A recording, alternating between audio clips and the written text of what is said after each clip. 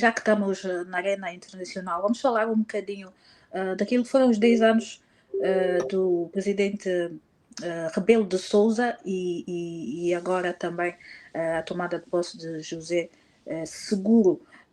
Querem falar um bocadinho sobre essa trajetória de Rebelo de Sousa que foi marcado principalmente com selfies? Foi bom para os portugueses, né? O famoso presidente dos afetos, e foi sob a presidência do professor Marcelo que as relações entre Angola e Portugal voltaram a uma dimensão que não havia antes. Coincidiu com também a presidência do presidente João Lourenço, e tem uma relação particular de muita proximidade, e isto facilitou, então, toda a dinâmica diplomática entre a presidência portuguesa e a presidência angolana. O ponto negativo da presença do professor Marcelo, julgo que foi com a autodemissão do Dr. António Costa.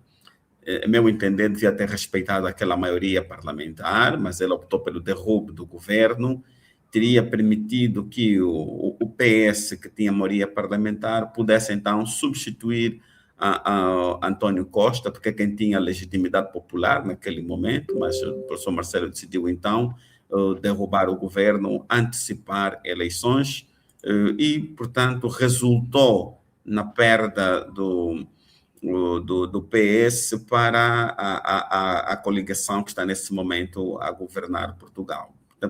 Eu acho que o aspecto negativo da presença do professor Marcelo a presença dele foi exatamente esta. Devia ter segurado efetivamente a maioria parlamentar do PS e permitir que em sede parlamentar pudesse então eleger um novo exatamente um novo primeiro-ministro e depois submeter à mesa dele. Regressando ainda na questão do Médio Oriente, haverá uma escalada global e já se antecipa uma nova crise financeira e econômica. Tanto é que os investidores daquele fundo norte-americano, a BlackRock, muitos deles que são governos, grandes empresas, estão a correr para poder fazer saque dos seus recursos, do dinheiro investido. A verdade é que a BlackRock está a impedir, efetivamente, que os investidores possam, numa questão de cautela, retirar dali os seus ativos e investir em ativos muito mais seguros, porque há receios de uma nova crise. E se formos a verificar, a grande elite empresarial norte-americana que está a ganhar dinheiro com esta guerra, toda ela é apoiadora de Donald Trump. E Trump tem uma dívida moral com quem investiu muitos milhões de dólares para lhe fazer eleger. E ainda hoje tive a ouvir uma análise em que determinados investidores já foram previamente antecipados que a perspectiva é do petróleo chegar a ter no mínimo $150. Portanto, ganhos antecipados já estão sendo previstos e vai ser muito difícil travar essa escalada global. Se Angola fosse um país autossuficiente, nós diríamos, ótimo, aquela desgraça para nós está sendo uma maravilha. Mas o dinheiro que nós ganharemos com o aumento do preço do petróleo, vamos gastá-la para comprar frango, para comprar medicamentos, para comprar um monte de coisas que nós, infelizmente, em Angola, não produzimos. Vamos receber de um lado e vamos ter que gastar do outro lado, porque a escalada de preços será global, não se vai limitar aos derivados do petróleo. Todo o esquema marítimo internacional foi completamente alterado, os fretes subiram, os seguros subiram, os produtos todos subiram. Portanto, para nós, esta guerra não nos vai fazer grande coisa, porque o dinheiro que ganharemos com petróleo vamos gastá-lo para comprar outras coisas. Olha, já eu ia um bocadinho mais a fundo com relação a essa questão. A questão da ausência de um programa que visa redirecionar a economia angolana, que visa trazer uma outra perspectiva à economia angolana, o MPLA não tem tido a capacidade de materializar esse plano, que é basicamente dar melhor funcionalidade à máquina econômica angolana. Mas, no entanto, o que é que eu digo? É um perigo muito grande, né? Angola, por exemplo. Por isso que aquela hora eu já disse que Angola não vai fazer basicamente nada, porque hoje os dirigentes angolanos já não escondem. Hoje é normal tu veres o presidente da República com um relógio de 200 mil euros, o ministro da Justiça e Direitos Humanos com um relógio de 180 mil euros. Então, quando tu tens a elite política a criar uma linguagem de projeção política baseada na ideia do consumismo, do esbanjamento e, acima de tudo, na ideia do show-off, então nós temos uma elite política fracassada. Logo, eu volto a reiterar que não existe nenhum evento a nível global que possa simplesmente mudar o quadro econômico, o quadro político do país, porque hoje a elite já não se esconde. Hoje nós temos um presidente que gasta 20 milhões para a manutenção de jatos privados da presidência, que gasta muito dinheiro com a manutenção da frota da presidência. Então nós estamos a falar que Angola basicamente não tem como ela tirar vantagem dos grandes acontecimentos globais, porque a mentalidade da elite política é uma mentalidade baseada na impunidade, porque a forma com que foi capturado o Estado angolano faz com que essa gente viva da impunidade, que arromba o dinheiro público e gaste como bem entender, porque sabem que não sofrerão quaisquer represálias ou não terão nenhum problema com a justiça, porque está tudo capturado. Nós temos agora 3 milhões e 500, 3 milhões de euros e 500 que serão usados para a compra de 36 viaturas, isso foi autorizado pelo Presidente da República. Isso só mostra que nós vivemos num estado de esbanjamento, sem prioridades, que é incapaz de fazer um diagnóstico assertivo da nossa realidade para melhor emprego daquilo que são os recursos públicos. Agora, com relação ao Marcelo Rebelo de Sousa, eu digo que eu tenho muito pouco a falar sobre esse senhor. Primeiro é que ele é um herdeiro da máquina colonial portuguesa. Ele foi filho do, acho que é o Baltasar Rebelo de Sousa, que foi um alto comissário para as colônias de Portugal na época colonial, inclusive foi governador de Moçambique. E o que nós precisamos de entender é que a relação que Angola tem com Portugal é aquele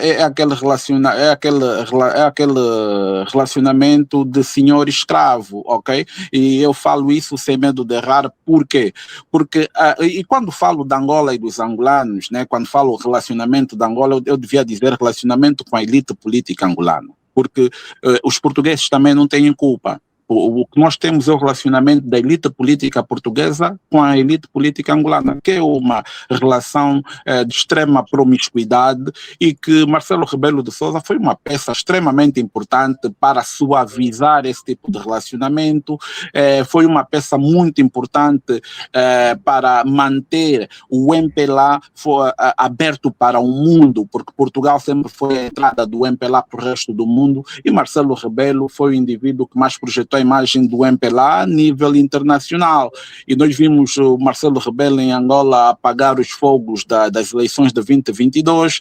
Então, eu não tenho muito a falar desse senhor. Eu acho que ele, para os portugueses, se calhar para a elite política portuguesa, fez um grande trabalho, porque a elite socialista portuguesa, que é a herdeira legítima desse processo de provincialismo ultramarino, é a mais beneficiada dos saques em Angola e tornou Portugal um espaço privilegiado onde os complexados da elite política angolana gastam dinheiro da Angola, compram mansões, compram ações em empresas portuguesas. Igualmente, Portugal tem muitas empresas em Angola, que as boas relações entre essas duas estruturas faz com que as coisas realmente funcionam e fluam. Daí é que compreender Marcelo Rebelo é compreender esse espaço de projeção econômica que Portugal tem com relação aos interesses em Angola, e manter um relacionamento não propriamente político para viabilizar aquilo que é econômico. E acho que ele foi o típico senhor que ia para Angola, abraçava o angolano sofredor nas ruas com aquele ar de uma pessoa muito à vontade e etc., que mergulhava nas praias sem segurança e etc. E que de certa forma dividia muitas opiniões em Angola, e os angolanos gostavam muito daquele senhor, porque ele conseguiu criar aquela aura, uma aura do bom colonizador, porque a gente sabe que Portugal meteu a história toda do colonialismo embaixo do tapete, revestiu-se de uma identidade baseada nos descobrimentos e mantém essa narrativa até hoje. Isso prejudica tanto a sociedade portuguesa como a sociedade angolana. Por quê? Porque o português normal, ok? E isso é culpa desses socialistas de Portugal, dos comunistas, etc., porque Portugal não alterou o seu programa educacional, que durante um momento da história tinha como maior premissa conseguir o apoio interno dos portugueses com relação à questão de gestão das colônias. O programa educacional português é um programa formado para fazer de todo o português um potencial racista, mesmo incubado, passivo, ativo, mas são um produto do processo educacional português, porque essa máquina de educação nunca sofreu uma reforma adequada. Então, Marcelo Rebelo são pessoas que mantiveram muitas narrativas coloniais do próprio colonialismo, e eu não tenho nada a falar sobre esse senhor. Desejo-lhe, o que é que eu lhe desejo? Desejo-lhe absolutamente nada, ok? E ele que cuida da vida dele, que os angolanos não perderam nada com a saída da vida política desse senhor, porque esse senhor aí foi uma peça muito importante para que o MPLA fosse mais MPLA. Pode fazer uma comparação entre a governação de Rebelo de Sousa e de João Lourenço? Que Portugal teremos de agora em diante? Olha só, os socialistas continuam no poder, o nível de promiscuidade continua, porque nós precisamos de entender que a elite política de Portugal é basicamente o que são os herdeiros do lusotropicalismo, e nós precisamos aqui definir o que é o lusotropicalismo. O lusotropicalismo é a estrutura cultural, ok? Por isso é que nós dissemos aqui que um dos problemas que nós temos em Angola é a manutenção do Estado colonial. O Estado colonial foi, apesar das independências e essa história toda de nacionalismos exacerbados e etc., o Estado colonial foi preservado, ok? As leis, a língua, e nós sabemos que a nossa Constituição é uma cópia da Constituição portuguesa e etc., tudo isso tem um ponto fraturante muito incisivo de manter uma memória histórica baseada nesse choque cultural que houve, ok? E daí surge a lusofonia como uma resposta àquilo que nós chamamos de provincialismo ultramarino, aquilo que Portugal colonial definiu para as colônias em África, ok? Então, se nós formos aqui para fazer comparações entre João Lourenço e Marcelo Rebelo, eu vou dizer o seguinte,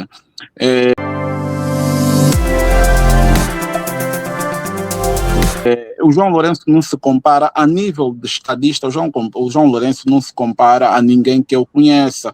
Eu acho que nós temos um presidente com muitos déficits, um presidente exibicionista, temos um presidente que não tem a capacidade, que não tem o sentimento e não tem responsabilidade de Estado, e para mim transanda muita imaturidade política na forma como gera os interesses públicos.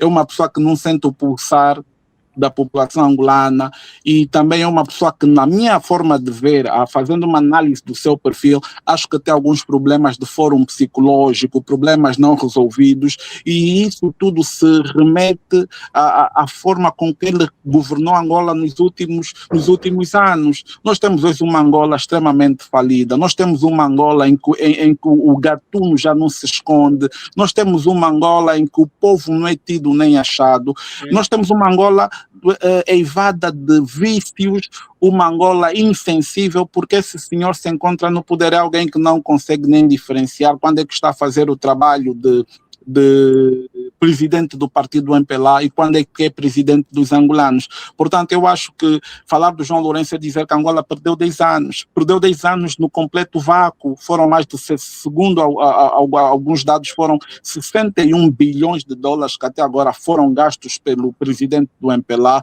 e muitos gastos nesses programas de adjudicação direta, contratação simplificada, tudo em prejuízo da Angola e dos angolanos, e nós perdemos 10 anos. Agora, o Marcelo Rebelo, acho que ele tem a sua importância para os portugueses. Ele tem a sua importância para os portugueses, porque há um plano de Portugal, dessa elite política que é herdeira direta dos espólios coloniais, que até agora tira vantagem desse relacionamento abusivo que tem com Angola. Mas o pior até não são eles, são os angolanos que... Vamos ser breve Sim, já estou a terminar.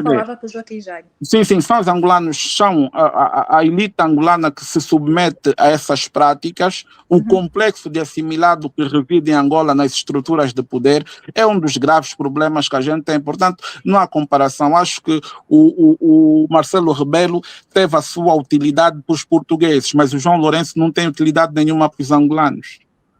Joaquim Jaime, partilha da mesma opinião? Relativamente ao quê? A explanação de Isidro Fortunato, sobre essa comparação que podemos fazer entre o presidente Rebelo de Sousa e também o presidente de Angola, João Lourenço, nesses quase 10 anos de governação. Pode-se fazer essa comparação? São realidades jurídico-constitucionais diferentes.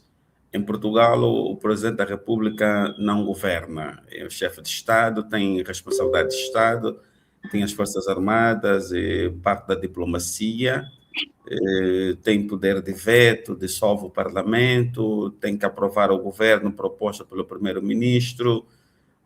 Em Angola, o presidente da República é chefe de Estado e titular do Poder Executivo. Tem funções executivas. Portanto, algumas comparações nós não temos como fazê-las, porque são pessoas que desempenham funções diferentes de um lado e do outro. Se tivéssemos fazer uma comparação, eu penso que a medida de comparação tinha de ser igual. Alguém que exerce poder, como o presidente João Lourenço em Angola, chefe de Estado, titular do Poder Executivo, o presidencialismo em Angola, e em Portugal, que é um parlamentarismo com algum viés mais ao semipresidencialismo, em virtude dos poderes de intervenção que o presidente lá tem. Portanto, eu penso que comparar esses dois homens, o presidente João Lourenço e o professor Marcelo, apenas numa bitola que nós podíamos fazer aqui um pequeno arranjo, não é? Os dois foram responsáveis pela reaproximação das relações entre os dois países, uma relação de muita proximidade. E é possível também especular que foi uma peça-chave em parte da diplomacia angolana, na sua aproximação com o Ocidente. Como sabemos, é necessário sempre alguém para ajudar a abrir uma porta ou outra, e pelo posicionamento do Dr. Marcelo, nota-se claramente que ele teve alguma influência no desembaraçar da diplomacia angolana em relação ao Ocidente, e isto em virtude de algumas falas que ele teve em relação a Angola. Mostrou claramente que ele tinha alguma relação de muita proximidade, que teve alguma influência em parte da diplomacia angolana. Portanto, eu não tenho muitos elementos que é para poder comparar a atuação do presidente Marcelo e a do presidente João Lourenço, porque do ponto de vista político, jurídico e constitucional, são realidades diferentes e nós temos poucos pontos de comparação.